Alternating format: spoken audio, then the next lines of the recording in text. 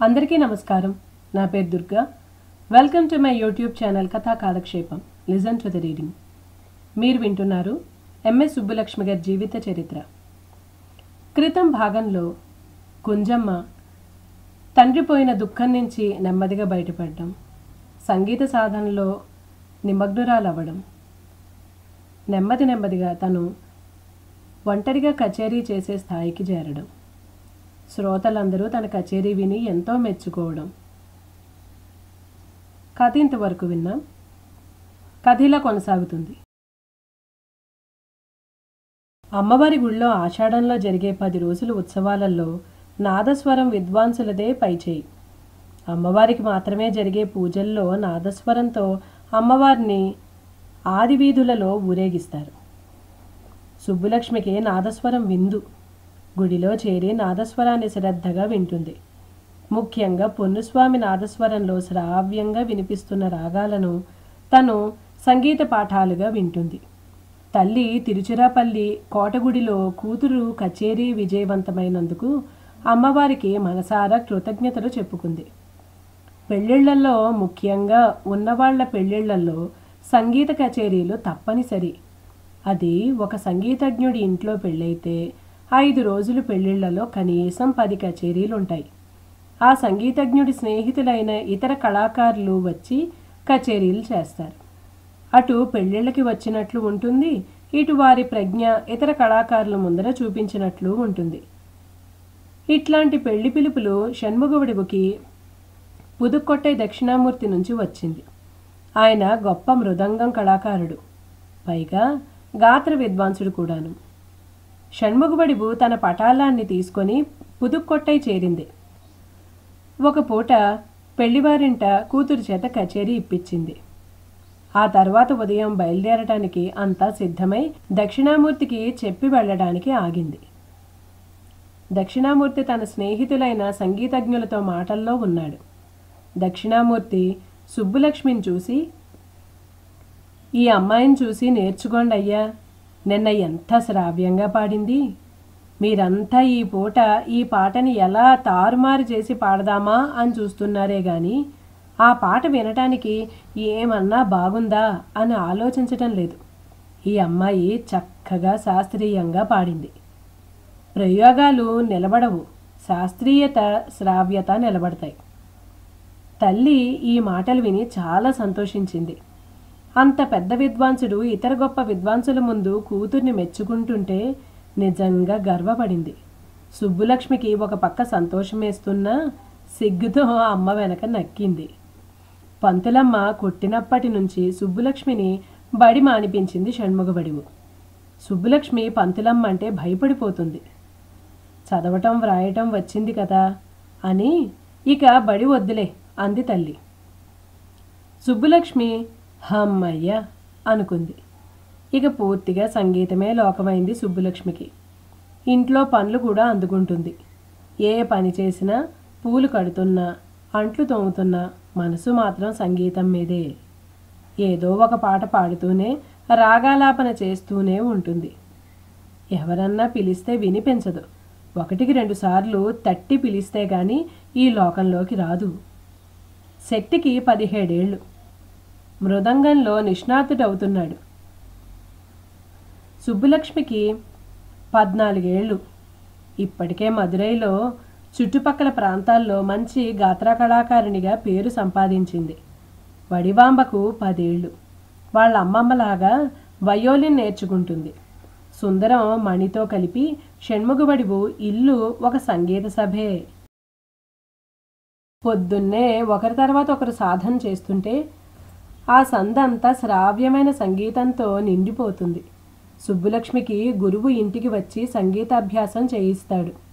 సాయంత్రం అమ్మతో కూర్చుని ప్రత్యేకంగా ఏదో ఒక రాగం నేర్చుకుంటుంది. ఆ తర్వాత సుబ్బులక్ష్మి కోసమే అన్నట్లు సరైన సమయంలో రేడియో ప్రసారాలు మొదలయ్యాయి. 5:30 నుంచి 1 గంట వరకు కర్ణాటక శాస్త్రీయ సంగీతంతో పాటు హిందుస్థానీ శాస్త్రీయ సంగీతం కూడా ప్రసారం చేస్తున్నారు. దీనితో సుబ్బులక్ష్మి హిందుస్థానీ సంగీతానికి అలవాటు పడింది. రోజు 5:30 కల్లా మేడ మీదకు వెళ్ళి కూర్చుంటే ఎదురింటి మరాఠీ డాక్టరు రేడియోలో వింటున్న శాస్త్రీయ సంగీతం వినిపిస్తుంది. ఆయనతో పాటు సుబ్బులక్ష్మి కూడా శ్రద్ధగా వింటుంది. చెల్లి ఎదురింటి రేడియో వింటుంటే, కుంజా, నా మొదటి కచేరీ డబ్బులతో నీకు రేడియో కొనిస్తా అని చెప్పాడు అన్న. కూతురు కోసం రేడియోనే కాదు, షణ్ముగబడివు ఇంకా చాలా కొనుక్కోవాలి ఇంట్లోకి. అసలు ఈ ఇల్లే కొనుక్కోవాలి. ఇంటి బేరం సగంలోనే ఆగిపోయింది. జరుగుబాటు కోసం మళ్ళీ ఇంకో పోషకుడిని వెతుక్కోక తప్పలేదు. మణి, వెళదామా అంటూ తమ్ముడితో ఈ కొత్త పోషకుడి దగ్గరకు బయలుదేరింది. పెరట్లో ఉన్న పిల్లలు లోపలికి వచ్చేసరికి అత్తలు మాట్లాడుకుంటున్నారు. ఈసారి ఎవరో తెలుగు బ్రాహ్మడు. ఏమి, ఈసారి ఏ కోమటి చెట్టునో పడితే బాగుండేది కదా. అత్తల మాటల్లో ఎగతాళితనం పూర్తిగా గమనించింది సుబ్బులక్ష్మి. మద్రాసు వెళ్లేందుకు షణ్ముగబడివు మనస్సు తహతహలాడుతోంది. మద్రాసు వెళ్ళలేక కాదు, అక్కడికి వెళ్లే వీలు లేకుండా కచేరీలు ఉంటున్నాయి. త్రివేంద్రం అంత దూరం కూడా వెళ్ళి వచ్చారు తల్లి కూతుళ్ళు. తిరుచిరాపల్లి, తంజావూరు, రామనాథపురం, కోయంబత్తూర్ ఇంకెన్నో ఊళ్ళు తిరుగుతున్నారు కచేరీలు చేస్తూ. కాస్త వెనకేసుకుంటున్నారు. కానీ మద్రాసు వెళ్ళి సంవత్సరం పైనే అవుతుంది. ఎక్కడ కచేరీలు చేసినా అక్కడ వారంతా మద్రాసులోని సంగీత సభల గురించే మాట్లాడుకుంటున్నారు. ఇప్పుడు ఒక కొత్త సభ వచ్చేసిందని తెలిసింది. Madras music academy. అప్పటిదాకా ఉన్న సభలన్నీ ఒక ఎత్తు, ఈ కొత్త సభ ఒక ఎత్తు. ఈ క్రొత్త సభని పెట్టినవారు, నడుపుతున్నవారు కాంగ్రెస్ నేతలు, బాగా పలుకుబడి ఉన్నవారు. ఏటికేడు సంగీత కచేరీలు బ్రహ్మాండంగా జరుపుతున్నారని వినికిడి. కనీసం ఈ సంవత్సరమైనా మద్రాస్ మ్యూజిక్ అకాడమీలో కచేరీలు చూడాలని, వీలైతే కూతురు చేత కచేరీ చేయించాలని షణ్ముగబడివు కోరిక. 2 నెలలకు ఒక్కసారైనా మదురై బయట కచేరీలు ఉంటున్నాయి. ఈ మధ్యన ఊళ్ళో కచేరీలు తప్పకుండా ఉంటాయి. వీటిలో సుబ్బులక్ష్మి కోసం వచ్చేవే ఎక్కువ. తల్లి సంతోషంగా కూతుర్ని ముందుకు నెడుతోంది. తన కచేరీల కోసం ఆలోచించటం లేదు. ఇప్పుడు మధ్యాహ్నం భోజనంలో కూడా ఒక కూర వండుతుంది షణ్ముగబడివు. దానికి తోడు నెయ్యి కూడా ఉంటోంది. ఈ కచేరీలే కాకుండా షణ్ముగబడివుకు ఇంకో ఆదాయం వనరు సంగీత పాఠాలు చెప్పటం. శ్రావణమాసం మదురైకు పెద్ద పండుగ. ఈ నెలలో సుందరేశ్వరుడు పట్టాభిషిక్తుడవుతాడు. మీనాక్షి నుంచి అధికారం సుందరేశ్వరుడి చేతిలోకి వస్తుంది. వచ్చే చైత్రానికి బ్రహ్మోత్సవంలో ఆయన పట్టమహిషికి పట్టాభిషేకం చేసినప్పుడు అధికారం తిరిగి మారుతుంది. షణ్ముగబడివు మాత్రం తన కోసం మళ్ళీ తిరిగి ఆశించకుండా కూతురికే పట్టాభిషేకం చేయదలుచుకుంది. తన కచేరీల కోసం మాట్లాడడానికి వచ్చినా ముందు వాళ్ళకి కూతురు ప్రజ్ఞ గురించి చెప్పి కూతురు కచేరీ ఏర్పాటయ్యేలా చూస్తుంది. శ్రావణమాసంలో ఏర్పాటైన కచేరీలకి నారాయణరావు వ్యాస్ అనే గొప్ప హిందుస్థానీ సంగీత కళాకారుడు కచేరీ చేయడానికి వచ్చాడు. సుబ్బులక్ష్మి ఆయన కచేరీకి వెళ్ళలేకపోయింది. వెళ్ళనందుకు చాలా బాధపడింది. రేడియోలో వింటున్న హిందుస్థానీ సంగీతం నేరుగా వినే అవకాశం పోగొట్టుకున్నందుకు నిరాశపడింది. కానీ ఆశ్చర్యం ఏమిటంటే ఆ హిందుస్థానీ సంగీత విద్వాంసుడే సుబ్బులక్ష్మిని వెతుక్కుంటూ ఇంటికి వచ్చాడు. అందరూ, నువ్వు చాలా బాగా పాడుతున్నావంటే వినటానికి వచ్చాను. ఏది, ఒక పాట పాడు అన్నాడు నారాయణరావు వ్యాస్. సుబ్బులక్ష్మి పాడి వినిపించింది. అందరి నోటా విన్నది నిజమే అనుకున్నాడు. ఆయనకు సుబ్బులక్ష్మిలో నచ్చింది ఆ అమ్మాయి శృతి శుద్ధత.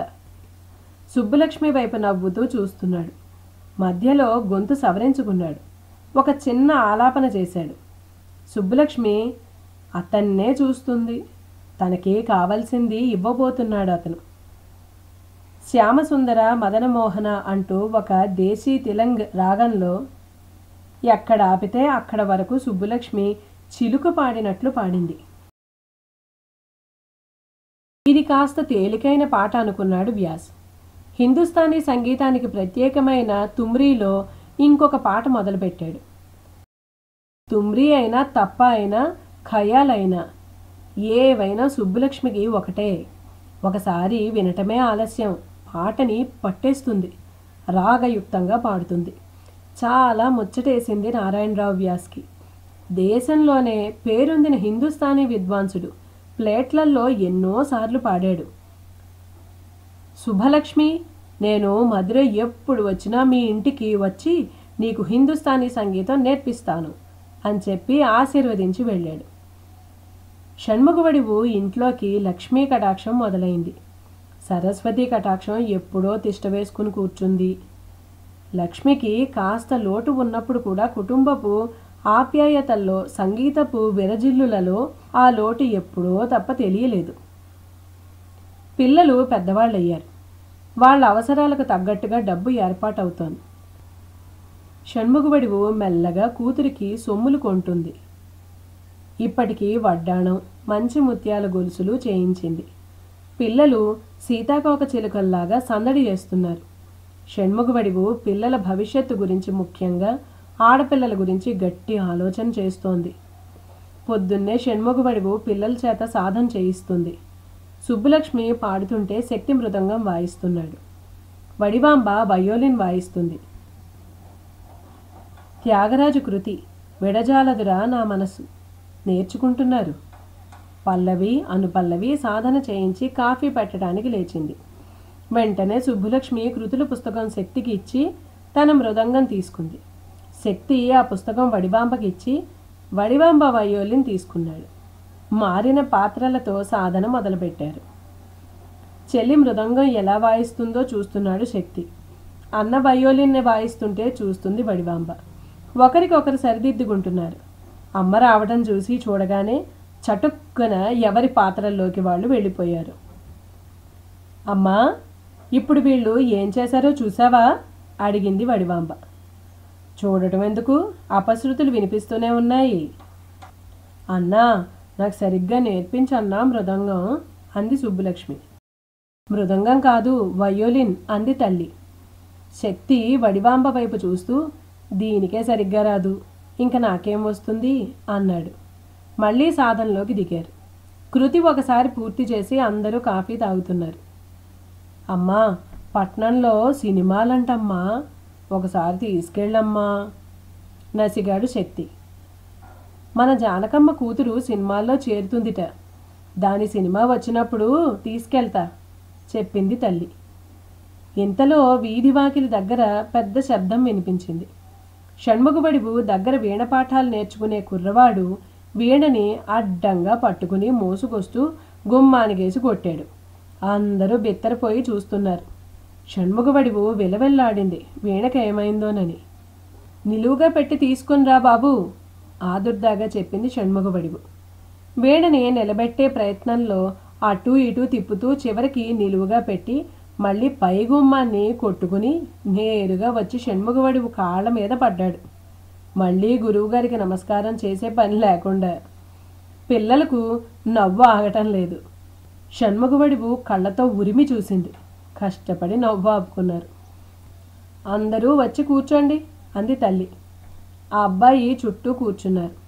నోరు బిగేసుకొని శక్తి మృదంగంతో తయారుగా ఉన్నాడు, వడివాంబ వయోలిన్తో. కుంజ, రఘుపతి రామ రాక్షస భీమ అయ్యవారి కృతి పాడు. ఈ కృతికి నువ్వు వాయించు బాబు అని చెప్పింది షణ్ముఖవడివు ఆ అబ్బాయికి. మొదలు బాగానే పెట్టాడు. రఘుపతి రామ సాత్వికంగా బాగానే వాయించాడు. రాక్షస భీమ పదాల దగ్గర ఉగ్రరూపం దాల్చాడు సుకుమారి అయిన వీణపైన. వీణ తీగలు తెగి అపశృతులు పలుకుతూ ఇంకా చాలరా నాయన అన్నట్లు అతని చేతికి చుట్టుకుపోయాయి. వడివాంబతో సహా పిల్లలెవ్వరికీ నవ్వు ఆగటం లేదు. నోటి మీద చెయ్యి వేసుకొని పెరట్లోకి వెళ్ళి పగలబడి నవ్వుతున్నారు. కుంజ, ఈ రోజుకి సినిమా చాలు కుంజ అని కింద పడి దొర్లుతున్నాడు శక్తి. ఆనందపు కేరింతలతో రోజులు సాగిపోతున్నాయి. ఆశ్వయుజంలో నవరాత్రుల ఉత్సవాలు భారీ ఎత్తున జరుగుతున్నాయి. ఈ 9 రోజులు సుబ్బులక్ష్మికి కచేరీలున్నాయి. కచేరీలతో ఇంటికి వచ్చిపోతున్న ఇరుగు పొరుగు సంగీతజ్ఞులతో ఇల్లు ఊరు హడావిడిగా ఉంది. గుడిలో బొమ్మల కొలువు చూస్తూ ఉన్న సుబ్బులక్ష్మిని అన్న వచ్చి పిలుచుకెళ్ళాడు. ఇంటికి వచ్చింది. అమ్మ ఇద్దరు మగవాళ్లతో మాట్లాడుతూ కనిపించింది. వాళ్ళు సుబ్బులక్ష్మిని చూస్తూ ఉన్నారు. కుంజా, వీళ్ళు రామనాథపురం రాజావారు పంపితే వచ్చారు.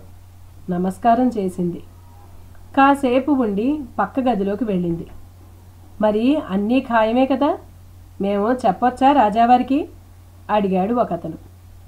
ఖాయమే, నేను త్వరలో కబురు పెడతాను అంది షణ్ముఖబడివు. వాళ్ళని సాగనంపి కుంజా అంటూ సంతోషంగా పిలుస్తూ లోపలికి వచ్చింది. ఎవరమ్మా వాళ్ళు, కచేరీ కోసమా అడిగింది సుబ్బులక్ష్మి. కాదే, రాజావారు పంపారు, నిన్ను పోషిస్తారంట, నీకు రాజమహల్ ఇస్తారట ఉండటానికి. నగలు బట్టలు దేనికి కొరత లేకుండా చూసుకుంటారు చెప్తూ ఉంది తల్లి. సుబ్బులక్ష్మి మొహం పాలిపోతుంది. ఇందుగా వచ్చింది వాళ్ళు అనుకుంది.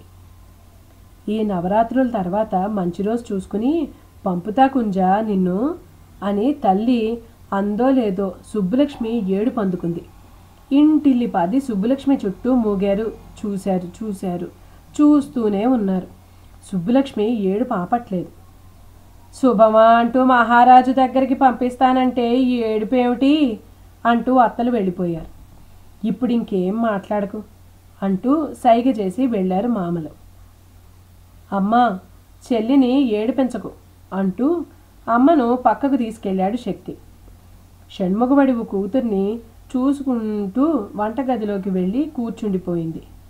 ఇదేంటి ఇలా ఏడుస్తుంది, ఇది వెళ్ళేలా లేదే, నేను వాళ్ళకి ఏం చెప్పాలి అని మదన పడుతుంది. రాత్రికి మళ్ళీ చెప్తా అనుకుంది. రాత్రి పడుకునేప్పుడు అమ్మ మళ్ళీ ఆ మాటలు లేవనెత్తుతుంది. అమ్మ పక్కన వడిబాంబను పెట్టి తను ఆ చివరికి వెళ్ళింది. తల్లి గమనిస్తూనే ఉంది. ఆ రాత్రికి ఏమీ మాట్లాడలేదు. తర్వాత రోజు గుడికి వెళ్ళినప్పుడు కోనేరు మెట్ల మీద కూర్చోబెట్టుకుని చెప్పడం మొదలుపెట్టింది. కుంజా, మహారాజు గారు నీ గురించి తెలుసుకుని వారే స్వయంగా వచ్చారు. కాదనకు, బాగా చూసుకుంటారు. నేను సంగీతం ఇంకా నేర్చుకోవాలమ్మా. అయ్యవారి కృతులే కాలేదింకా, హిందుస్థానీ సంగీతం కూడా ఉంది. పైగా అక్కడికి వెళ్ళినా నువ్వు సంగీత సాధన చేస్తూనే ఉంటావు. రాజావారి ఇంట్లో నువ్వు పని చెయ్యాల్సిన అవసరం ఏముంది? నేను వెళ్ళనమ్మా ఏడుస్తూ చెప్పింది. సరే సరే, గుళ్ళో ఏడవకు, రా ఇంటికి వెళ్దాం, నేను తర్వాత వస్తా, నువ్వెళ్ళు. ఇంటికి వచ్చి మణికి జరిగింది చెప్పింది. ఈసారికి ఇది వెళ్ళదురా, వాళ్ళ ఊళ్ళోనే ఉన్నారు, వాళ్ళకి ఎలాగో అలా చెప్పేరా. చాలా చెప్పాను, అది మొండిపట్టు వదలటం లేదు అంది బాధతో షణ్ముఖబడివు. ఇప్పటికీ సుబ్బులక్ష్మికి నిజంగానే ధ్యాసంతా సంగీతం మీదే ఉంది. ఈ 1933వ సంవత్సరంలో కుంభకోణంలో మహామహం జరగనుంది. మద్రాసు ప్రెసిడెన్సీలో అన్ని దారులు కుంభకోణం వైపే. ఆ దారి పట్టణానికి షణ్ముఖబడివు ఒక సిఫారసు కోసం ఎదురు చూస్తుంది. ఎదురు చూడగా ఒకరోజు ఆ సిఫారసు ఉత్తరం వచ్చింది. దానిలో ఇలా వ్రాసి ఉంది: ప్రియమైన షణ్ముఖం అక్కకు సుబ్బులక్ష్మి నమస్కారములు. అమ్మా, మీ గురించి వ్రాసిన ఉత్తరం నాకు చాలా ఆలస్యంగా చేరింది. మీరు తొందరగా కుంభకోణం వెళ్ళండి. మా సినిమా డైరెక్టర్ గారు అక్కడే ఉన్నారు. ఆయన పేరు కృష్ణస్వామి సుబ్రహ్మణ్యం. కుంభకోణం మహామహంలో సాంస్కృతిక కార్యక్రమాల సంగతి అంతా ఆయనే చూస్తున్నారు. మీకు తప్పకుండా సహాయపడతారు. ఈ ఉత్తరం చూపించండి. మా పావలకోడి సినిమా తీయటం మొదలయ్యింది. మీరు త్వరగా కుంభకోణం వెళ్ళండి. ఇట్లు ప్రేమతో సుబ్బులక్ష్మి. ఇంకా ఆలస్యం చేయకుండా పెట్టేబేడ, వీణ, మృదంగం, వయోలిన్ను పటాలం మొత్తంతో షణ్ముఖబడి కుంభకోణం దారిపట్టింది. లక్షలాది జనం కుంభకోణం చేరుకుంటున్నారు. సాంస్కృతిక కార్యక్రమాల కోసం వేసిన పందిళ్ల దగ్గరకు వచ్చి సుబ్రహ్మణ్యాన్ని వెతికి పట్టుకొని ఉత్తరం ఇచ్చింది షణ్ముఖబడివు. ఉత్తరం చదివాడు సుబ్రహ్మణ్యం. ఇంత ఆలస్యంగా వచ్చారేంటి? ఎవరెవరు ఎప్పుడెప్పుడు పాడాలో అంతా సిద్ధమయ్యాయే. సరే కూర్చోండి, నేను చూసి చెప్తాను అని వెళ్ళాడు. మళ్ళీ వచ్చి సాయంత్రం అస్సలు ఖాళీ లేదు. వరుసబెట్టి అరియక్కుడి, చెంబై, సెమ్మంగుడి, ముసిరి పెద్ద పెద్ద వాళ్ళందరి కచేరీలు ఉన్నాయి. ఒక్క పని చేయగలను, రేపు మధ్యాహ్నం 3 గంటలకి కచేరీ ఏర్పాటు చేస్తా. తయారై రండి. సాయంత్రం పూట అందరూ ఉండేవేళ ఒక కచేరీ ఏర్పాటు చేయండి అంది షణ్ముగబడువు. మా హీరోయిన్ చెప్పి పంపిన తర్వాత నేను చెయ్యకపోతే ఎలా? తప్పకుండా ప్రయత్నిస్తా అన్నాడు సుబ్రహ్మణ్యం. తర్వాత రోజు ఇద్దరూ తయారయ్యారు. సుబ్బలక్ష్మి ముక్కుకి ఇప్పుడు 2 ముక్కు పుడకలు చేరాయి. గాజులు, గొలుసులు, పొడుగాటి లోలాకులు, పెద్ద బొట్టు పెట్టుకుని జడలో పువ్వులు తురుముకొని చీరకు పైట పిన్ను పెట్టింది. అమ్మ ఇప్పుడు తనకు కచేరీలలో వచ్చిన పతకాలు తీసుకొచ్చి చీర మీద అమర్చింది. ఇలా చక్కగా తయారయ్యి పందిరి దగ్గరకు చేరుకున్నారు. కానీ అక్కడ పరిస్థితి చూసి నీరు కారిపోయారు. పట్టుమని 10 మంది కూడా లేరు వినటానికి. వాళ్ళు కూడా కబుర్లు చెప్పుకుంటున్నారు. వీళ్ళ వెనక చాలామంది మధ్యాహ్న భోజనాలు చేసి ఎంచక్కా నిద్రపోతున్నారు. సుబ్రహ్మణ్యం వచ్చి మొదలు పెట్టండి అన్నాడు. సుబ్బలక్ష్మి కచేరీ మొదలు పెట్టగానే సుబ్రహ్మణ్యం వెళ్ళిపోయాడు. 1 గంట తర్వాత తిరిగి వచ్చాడు. అతను లోపలికి రావటానికి వీలు లేకుండా పందిరి చుట్టూ జనం గుమ్మిగూడిపున్నారు. ఏమైంది ఇక్కడ అనుకుంటూ లోపలికి చొచ్చుకెళ్ళాడు సుబ్రహ్మణ్యం. సుబ్బలక్ష్మి కచేరీ చేస్తుంది. పందిరి నిండా జనం చెవులు నిక్కపొడుచుకొని వింటున్నారు. కచేరీ ముగియగానే కాసేపు నిశ్శబ్దం. అందరూ సుబ్బలక్ష్మినే చూస్తున్నారు. ఏం పాడావమ్మాయి, నిద్రపోతే పోయింది అన్నదో గొంతు గుంపులో నుంచి. సభాష్, భేష్ భేష్ అని వినిపిస్తున్నాయి. చప్పట్లు మెల్లగా మొదలయ్యి కుంభకోణం అంతా మారుమ్రోగేలా పెద్దగా వినిపించాయి. సుబ్బలక్ష్మి వేదిక మీద కూర్చుని ఆ చప్పట్లను స్వీకరిస్తూ నమస్కారం చేస్తుంది వినయంగా. ఆ తరువాత శ్రోతలు సుబ్రహ్మణ్యాన్ని చుట్టుముట్టారు. ఇంత బాగా పాడుతున్న అమ్మాయికి మధ్యాహ్నం కేటాయించావేంటి? నేను కచేరీ సగంలో వచ్చాను, మీరు మళ్ళీ సాయంత్రం పెట్టాల్సిందే ఈ అమ్మాయిది అంటూ శ్రోతలందరూ ముక్త కంఠంతో అడిగారు. సుబ్బలక్ష్మిది ఇంకో కచేరీ పెట్టించమని. సుబ్రహ్మణ్యం సంతోషంగా ఆ రోజు సాయంత్రం మళ్ళీ సుబ్బలక్ష్మి కచేరీ పెట్టించాడు. మొదటిసారిగా ప్రముఖులు కచేరీ చేస్తున్న వేదిక మీద అదే సమయాల్లో 17 ఏళ్ల సుబ్బలక్ష్మి కూడా కచేరీ చేసింది. చెయ్యటమే కాదు, అందరి మెప్పు పొందింది. అంతేకాదు, మహారాజపురం విశ్వనాథ అయ్యర్ అనే గొప్ప విద్వాంసుడు అంతకు ముందు రోజు తనకి బహూకరించబడిన బంగారు పతకాన్ని సుబ్బలక్ష్మికి బహూకరించాడు. పుణ్యస్నానం చేసి కుంభకోణం ప్రయాణం దిగ్విజయంగా పూర్తి చేసుకుని ఇంటికి చేరారు. ఇంట్లో ఇక మద్రాసు దండయాత్ర ఒక్కటే మిగిలి ఉంది. అక్కడ కూడా కుంజ జెండా ఎగరవేస్తే ఇక కర్ణాటక సంగీత లోకానికి యువరాణి అయినట్లే తీక్షణంగా ఆలోచిస్తూ ఉంది షణ్ముఖబడి కాఫీ తాగుతూ. ప్రస్తుతానికి సుబ్బలక్ష్మి కన్నెరికం ఆలోచన పక్కన పెట్టింది. జానకమ్మ అంటూ ఉండేది, ప్రతిభ ఉన్నవాళ్ళకి పట్నమే సరైందని. అలాగే జానకమ్మ కుటుంబం పట్నం వెళ్ళింది. తన ముందు సంగీత నృత్యాలు నేర్చుకున్న సుబ్బలక్ష్మి ఎస్డి సుబ్బలక్ష్మి సినీ నటి అయ్యింది. కూతురికి సంగీత అవకాశాలు ఇంకా బాగా రావాలంటే, పేరు డబ్బు గడించాలంటే పట్నం వెళ్లాల్సిందే అని తీర్మానించుకుంది. ఈ లోపల మదురైలో చేసుకోవలసిన పనులు చక్కదిద్దుకోవడం మొదలుపెట్టింది. తన పోషకుల పుణ్యమా అని మదురైలో తన అద్దెకు ఉంటున్న ఇంటిని సొంతం చేసుకుంది. చిన్న కూతురు వడివాంబకి నిరికం చేయించడానికి పోషకుడిని వెతకడం మొదలుపెట్టింది. ఈ 2-3 నెలలు పట్నంలో ఉండే ఏర్పాటు చేసుకుంది. సంవత్సరం ఆఖర్న పట్నం బయలుదేరింది. వీలైనన్ని సభల్లో ఊరిస్తున్న మద్రాసు మ్యూజిక్ అకాడమీలో కూడా కచేరీ చెయ్యాలని తలంపుతో మద్రాసు చేరింది షణ్ముఖబడివు కుటుంబం. పురసవాక్కంలో ఒక గది అద్దెకు తీసుకున్నారు. అక్కడ ఉంటూ సాధన చేసుకుంటూ అవకాశం కోసం వెతుక్కుంటూ ఉన్నారు. అవకాశాలు ఎక్కడున్నాయో తెలుసుకునే భాగంగా మద్రాసు లలితాంగి ఇంటికి, ఎస్టీ సుబ్బలక్ష్మి ఇంటికి, వీణ ధనమ్మ ఇంటికి తరచుగా వెళ్తున్నారు. ధనమ్మ మనవరాళ్ళు ఇప్పుడు సుబ్బలక్ష్మికి మంచి స్నేహితులు. ఒక్కోసారి వాళ్లతో పాటు సంగీత సాధన కూడా చేస్తుంది. బాలసరస్వతి సదిర్ అభ్యాసం చేస్తుంటే పాడి తాళం వేస్తుంది. మద్రాసులోని కొన్ని సభల్లో అవకాశాలు వచ్చాయి సుబ్బలక్ష్మికి. కానీ తల్లికి తృప్తి లేదు. మద్రాస్ మ్యూజిక్ అకాడమీ గొప్ప సంగీతజ్ఞులకు సంఘంలో పరపతి ఉన్నవారి సభ అని పేరొచ్చింది. అక్కడ కూతురి చేత పాడిస్తే అందరూ గుర్తించే అవకాశం వస్తుందని తల్లి యోచన. అందుకని అకాడమీకి వెళ్ళింది.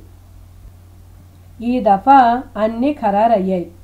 ఏ మాత్రం అవకాశం లేదని చెప్పారు అకాడమీ నిర్వాహకులు. మా అమ్మాయి కుంభకోణం మహామహంలో పాడిందండి. ఇప్పటికి 2 సార్లు ప్లేట్లల్లోనూ పాడింది. మొన్ననే ఆ కొత్త సభ, దాని పేరేంటమ్మా అంటూ ఇండియన్ ఫైన్ ఆర్ట్స్ వారి కరపత్రం తీసి చూపిస్తూ ఈ సభలో కూడా కచేరీ చేసింది మా అమ్మాయి. ఎలా పాడుతుందో దక్షిణామూర్తి గారికి తెలుసు, అరియక్కుడి గారికి తెలుసు. వాళ్ళని అడగండి చెప్తారు. పొద్దున్న పూటైనా సరే ఒక్క అవకాశం ఇవ్వండి దయచేసి బతిమా అనుకుంది షణ్ముఖవడివు. అయినా లాభం లేకపోయింది. అయినా పట్టు వదలకుండా అకాడమీకి సంబంధించిన ప్రతి నిర్వాహకుడి దగ్గరికి వెళ్ళి అర్జీ పెట్టుకుంది. సంఘంలో పలుకుబడి ఉన్నవారి దగ్గరకు వెళ్ళింది.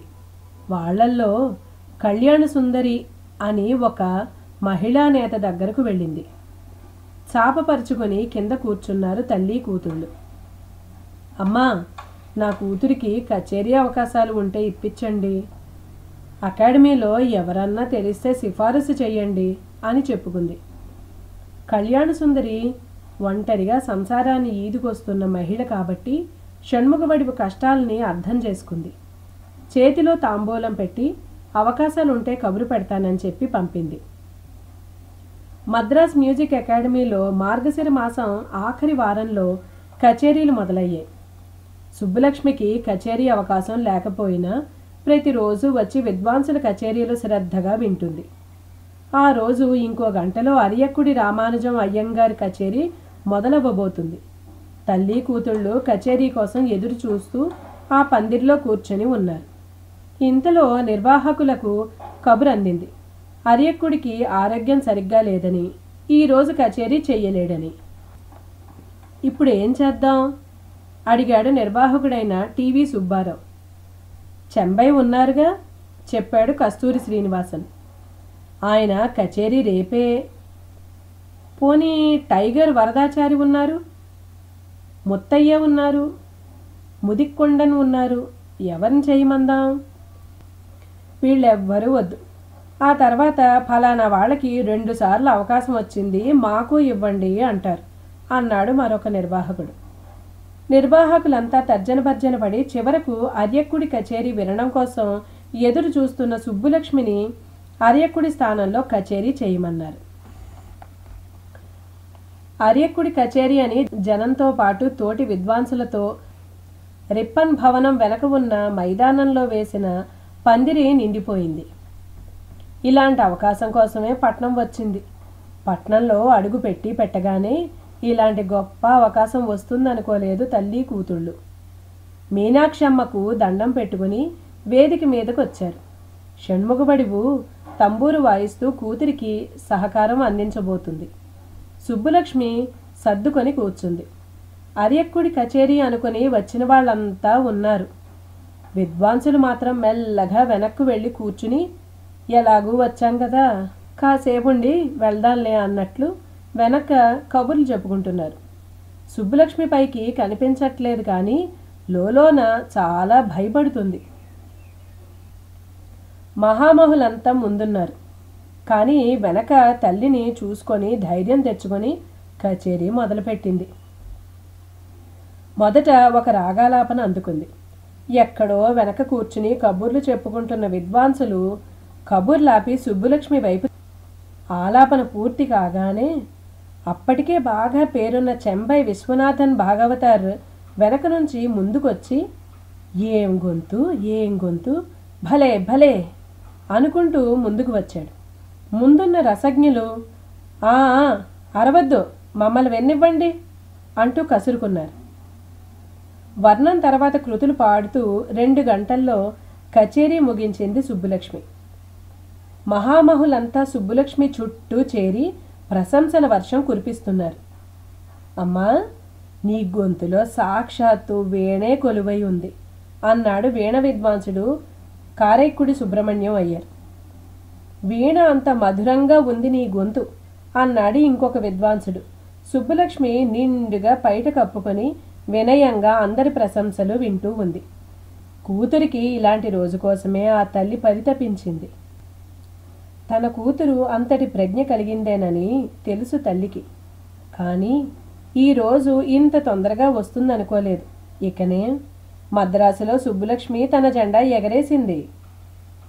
అప్పటికి కచేరీలు తగ్గుముఖం పట్టిన తరువాత మదురై బయలుదేరారు. మదురైలో సుబ్బులక్ష్మి గురువుతో సహా అందరూ పట్నంలో జరిగిందాన్ని విని సంతోషించారు. నేటికి కథను ఇక్కడితో ఆపుతున్నానండి. నేను చదివిన విధానం మీకు నచ్చినట్లయితే లైక్ చేయండి, షేర్ చేయండి, సబ్స్క్రైబ్ చేయండి. వీడియో అప్లోడ్ చేయంగానే నోటిఫికేషన్ రావాలంటే పక్కనున్న బెల్ ఐకాన్ క్లిక్ చేయండి. మీ అమూల్యమైన అభిప్రాయాల్ని కామెంట్స్ రూపంలో తెలియజేయండి. మళ్ళీ తరువాయి భాగంలో కలుస్తాను. నమస్కారం.